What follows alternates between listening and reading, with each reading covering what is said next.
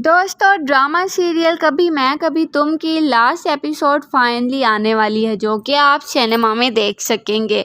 Drama serial कभी मैं कभी तुम की एपिसोड 33 में आप लोग देखेंगे कि अदील, जिसको रुबाब ने बहुत ही ज़्यादा जलील किया और सबके सामने इसका और नताशा का अफेयर जो था चल रहा, वो सबके सामने शो कर दिया।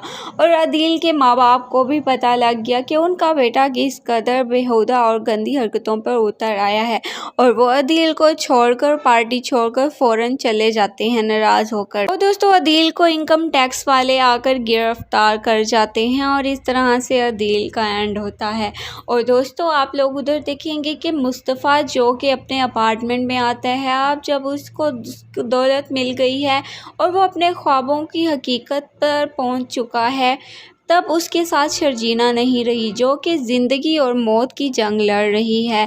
शर्जीना की सारी बातें मुस्तफ़ा को याद आ रही होती हैं, उसका घर में दिल नहीं लग रहा होता।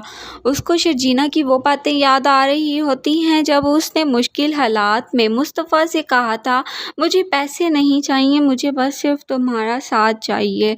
और मुस्तफ़ा वो बातें सोच सोच कर रोने लग गया। मुस्तफ़ा को शर्जीना की वो बात याद आ रही होती है जब शर्जीना ने कहा था कि पौधों के सामने लंबे लंबे सांस लो तो इंसान अपनी सारी परेशानियां भूल जाता है। और मुस्तफ़ा बाहर से जाकर गमला ले आता है और वहां बैठकर लंबे लंबे सांस लेता है, लेकिन फिर भी उसकी परेशानी ख़त्म नहीं होती। तो लोगों को इस बात की टेंशन है, व्यूअर्स को, कि कहीं शर्जीना मर न जाए। लेकिन दोस्तों, शर्जीना ज़िंदा रहेगी, लेकिन वो मुस्तफ़ा के पास नहीं आएगी। होश में आने के बाद वो अपने पेरेंट्स के घर चली जाएगी और मुस्तफ़ा जब मनाने जाएगा तो शर्जीना मना कर देगी। जब मुस्तफ़ा शर्जीना को मनाने जाएगा तो शर्जीना मना कर देगी। और होप्स हो ये हो सकता है कि मुस्तफ़ा के वालिदैन, जो कि मुस्तफ़ा को बहुत ही बुरा भला समझते थे, अब जब वो मुस्तफ़ा उनको घर लेकर आता है और वो मुस्तफ़ा से माफ़ी मांगते हैं कि हम जिस बच्चे को नकारा समझते थे, वो हमारा बच्चा बहुत ही कारीगर निकला। और हो सकता है कि शर्जीना को मुस्तफ़ा